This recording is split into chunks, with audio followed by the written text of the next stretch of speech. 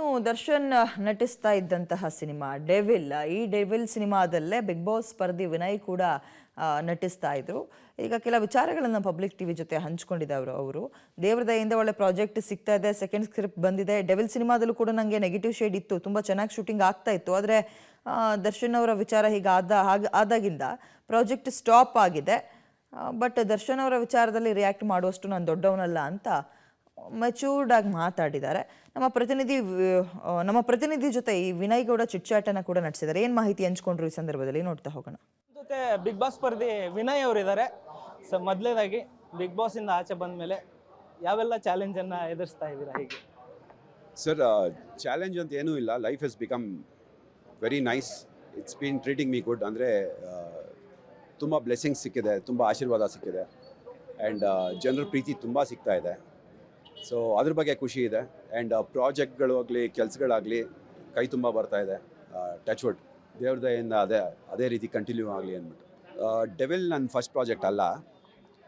Devil actually ನನ್ನ second script ಬಂದಿದ್ದು devil ನನಗೆ. ಅಂದರೆ ಫಸ್ಟ್ ಸಿನಿಮಾ ಇನ್ನೂ ಒಂದು ಗ್ರ್ಯಾಂಡ್ ಸಿನಿಮಾ, ಅದು ಅನೌನ್ಸ್ ಮಾಡ್ತೀನಿ ಇಷ್ಟನಲ್ಲೇ. ಡೆವಿಲಲ್ಲಿ ಒಂದು ನೆಗೆಟಿವ್ ಕ್ಯಾರೆಕ್ಟರ್ ಬಗ್ಗೆ ನಾನು ಜಾಸ್ತಿ ಹೇಳೋದಕ್ಕಾಗೋದಿಲ್ಲ. ನೆಗೆಟಿವ್ ಶೇಡು ತುಂಬ ಚೆನ್ನಾಗಿದೆ ಪ್ರಾಜೆಕ್ಟು. ಮಿಲನ ಪ್ರಕಾಶ್ ಸರ್ ಡೈರೆಕ್ಷನ್ನು ತುಂಬ ಚೆನ್ನಾಗಿ ಮಾಡ್ತಾ ಇದ್ದಾರೆ. ಆ್ಯಂಡ್ ತುಂಬ ಚೆನ್ನಾಗಿ ಬಂದಿದೆ ಇಷ್ಟವರೆಗೂ ಏನು ಶೂಟ್ ಆಗಿದೆ ಅದು. ಬಟ್ ಒಂದು ಬೇಜಾರಿದೆ, ಅಂದರೆ ಪ್ರಾಜೆಕ್ಟು ಇವಾಗ ಹೋಲ್ಡಲ್ಲಿದೆ.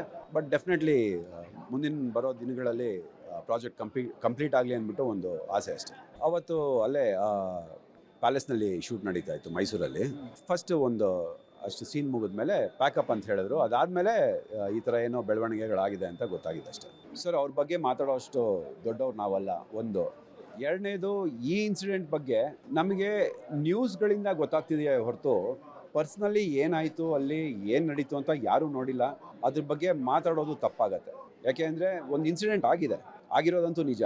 ಯಾರು ಮಾಡಿದ್ರು, ಹೇಗೆ ಮಾಡಿದ್ರು, ಏನಕ್ಕೆ ಮಾಡಿದ್ರು ಅನ್ನೋದು ಇನ್ನೂ ಅದು ಒಂದು ನಡೀತಾ ಇದೆ. ಒಂದು ಕೇಸ್ ನಡೀತಾ ಇದೆ, ಅದಕ್ಕೊಂದು ಸಾಕ್ಷಿಗಳು ಕಲೆಕ್ಟ್ ಮಾಡ್ತಾ ಇದ್ದಾರೆ, ಇನ್ನೊಂದು ಮತ್ತೊಂದು.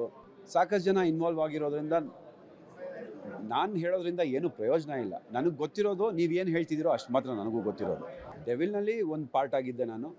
ಅದ್ರ ಬಗ್ಗೆ ನಾನು ಇಷ್ಟೊತ್ತು ಹೇಳಿದ್ದೀನಿ ನಿಮಗೆ. ಬಟ್ ಕೇಸ್ ವಿಚಾರವಾಗಿ I don't think so I am the right person to talk about it. Because general ಆಗಿ ಜನರಿಗೆ ಏನು ಗೊತ್ತೋ ಅಷ್ಟೇ ನನಗೂ ಗೊತ್ತಿರೋದು. ಸರ್, ಬೇಜಾರಾಗತ್ತೆ ಸರ್. ಅಂದರೆ ನೋಡಿ, ಒಂದಷ್ಟು ಜನ, ಒಂದಷ್ಟು ಸಾವಿರ ಕೋಟಿ ಜನ ಒಬ್ಬರನ್ನ ಫಾಲೋ ಮಾಡ್ತಾ ಇದ್ದಾರೆ ಅಂದರೆ ಅವ್ರಿಗೆಲ್ಲ ಒಂದು ಮಾದರಿ ಆಗಿರಬೇಕು. ಮಾದರಿ ಆಗಿದ್ದಾರೆ.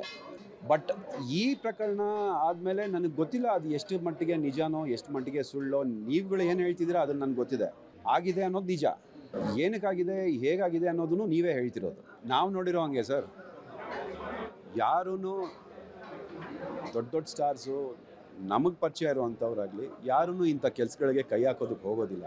ನನಗೆ ತಿಳಿತಾ ಇರೋದೆಲ್ಲ ನಿಮ್ಮ ಮಾಧ್ಯಮಗಳ ಮಧ್ಯದಲ್ಲೇ ಏನು ನಡೀತಾ ಇದೆ ಅನ್ನೋದು ಮಾತ್ರ ನನಗೆ ಗೊತ್ತಾಗ್ತಿರೋದು. ಆ್ಯಸ್ ಅ ಪರ್ಸನ್ ನಾನು ಅವ್ರನ್ನ ಫಸ್ಟ್ ಟೈಮ್ ಭೇಟಿಯಾದಾಗ ತುಂಬ ಸ್ವೀಟಾಗಿ ಮಾತಾಡ್ಸಿದ್ರು, ತುಂಬ ಡೌನ್ ಟು ಅರ್ಥಾಗಿ ಮಾತಾಡ್ಸಿದ್ರು. ಅವರೇ ಶೇಕ್ ಹ್ಯಾಂಡ್ ಕೊಟ್ಬಿಟ್ಟು ಹೇಗಿದ್ದೀರಾ ಅಂತಂದರು. ಚೆನ್ನಾಗಿದ್ದೀನಿ ಸರ್. ಸರಿ, ಶಾರ್ಟಿಗೆ ಹೋದ್ರು, ನಾನು ಶಾರ್ಟಿಗೆ ಹೋದೆ. ಅಷ್ಟೇ ನಂದು ಅವ್ರದ್ದು ಪರಿಚಯ ಇರೋದು. ಅದು ಬಿಟ್ಟರೆ ಪರ್ಸ್ನಲಿ ನನಗೆ ದರ್ಶನ್ ಸರ್ ಪರಿಚಯ ಇಲ್ಲ. ಇಟ್ಸ್ ಜಸ್ಟ್ ದಟ್ ಪ್ರಾಜೆಕ್ಟಿಂದ ನಾನು ಅವರು ಪರಿಚಯ ಆಗಿದ್ದೆ. ಅದು ಬಿಟ್ಟರೆ ಅವ್ರ ಜೊತೆನೂ ನಾನು ಅಷ್ಟು ಒಡನಾಟ ಆಗಿಲ್ಲ ನನಗೆ. ಇದಿಷ್ಟು ಬಿಗ್ ಬಾಸ್ ವಿನಯ್ ಹಾಗೂ ಡೆವಿಲ್ ಸಿನಿಮಾದಲ್ಲಿ ನೆಗೆಟಿವ್ ಶೇಡ್ ಮಾಡಿದಂತಹ ವಿನಯ್ ಅವರ ಮಾತಾಗಿತ್ತು. ಕ್ಯಾಮ್ರಾ ಪರ್ಸನ್ ವಿನಯ್ ಜೊತೆ ಧನು ಎಲ್ಗಜ್, ಪಬ್ಲಿಕ್ ಟಿವಿ, ಬೆಂಗಳೂರು.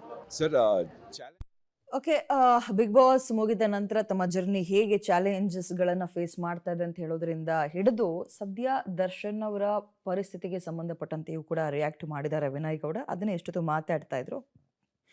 ಬಹಳ ಮೆಚೂರ್ಡ್ ಆಗಿ ಆನ್ಸರನ್ನು ಮಾಡಿದ್ದಾರೆ.